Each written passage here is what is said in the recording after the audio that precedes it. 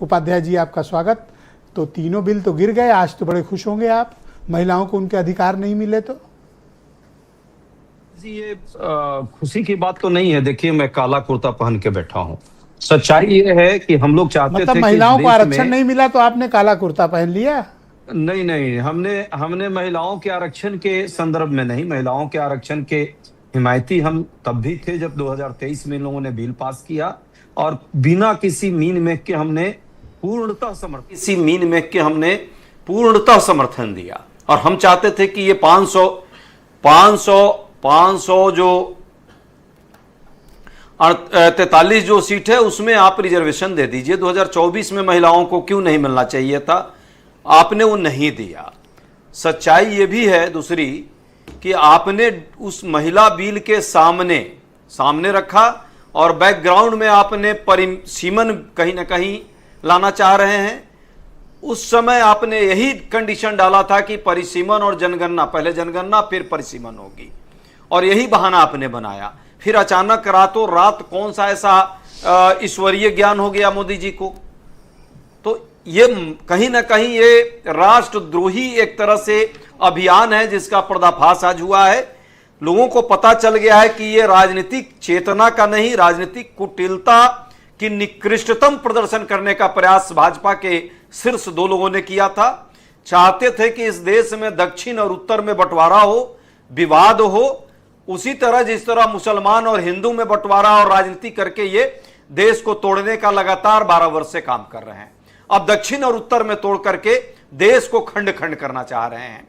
सच है कि यदि आपका मंशा ठीक है आपकी, तो आप क्यों नहीं पब्लिक डोमेन में लाए? परिसीमन आप करना चाह रहे हैं 2011 के हिसाब से क्यों करना चाह रहे हैं? 11 से लेकर के 26 तक क्यों नहीं? 21 के बाद जनगणना होनी चाहिए थी, अभी तक क्यों नहीं शुरुआत की आपने?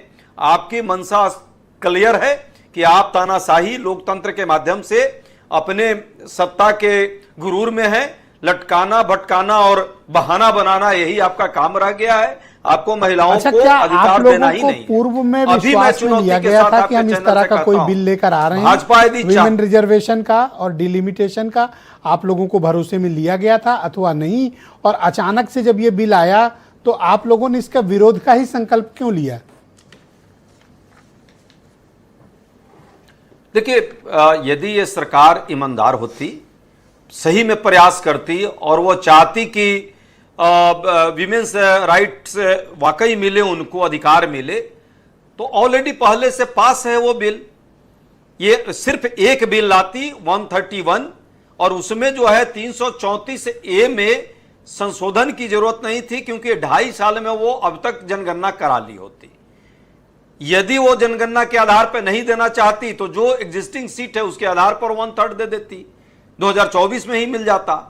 सरकार ये बहाना बना रही थी और परिसीमन उसका मुख्य उद्देश्य है, और वो भी परिसीमन 2011 के जनगणना के हिसाब से।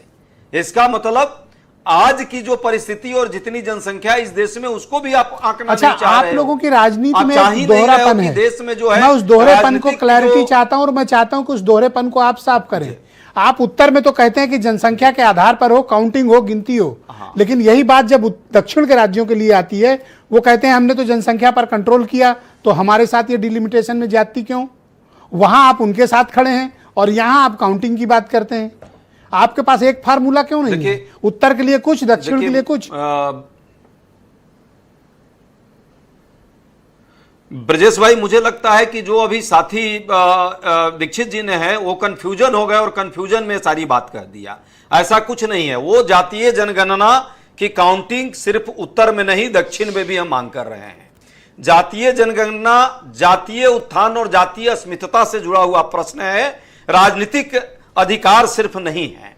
यदि किसी जाति का, चाहे वो दक्षिण का हो, उत्तर का हो, पूरब का हो या पश्चिम का, उसका उत्थान नहीं हुआ है तो उसका उत्थान करना है। तो मुझे बताओ ना कि दक्षिण के राज्यों की चिंता क्या है? जिन्होंने मेहनत करके उनका चिंता ये है कि पॉलिटिकल रिप्रेजेंटेशन उनका घट रहा है, ये उनकी चिंता है। उस चिंता का कोई फार्मूला आप लोगों के पास है? हाँ,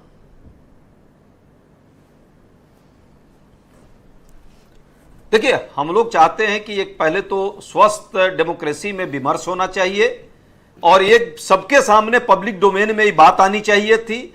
महिला आरक्षण का दिखावा करके, और ये सरकार जो जिस तरह Thank you, से sir. लिमिटेशन पर बिना चर्चा किए इतना बड़ा व्यापक परिवर्तन, पॉलिटिकल मैप चेंज करना थैंक चाहती यू है, उपाध्याय जी, कृपया ये हमारे साथ अन्याय बने है रहिएगा। सरेआम। मैं ये आपके मित्र ये अनिल दुबे जी को लोकतंत्र आमंत्रित के करता विमर्श हूं, को भी खत्म करना है। राष्ट्रीय लोकदल के जनरल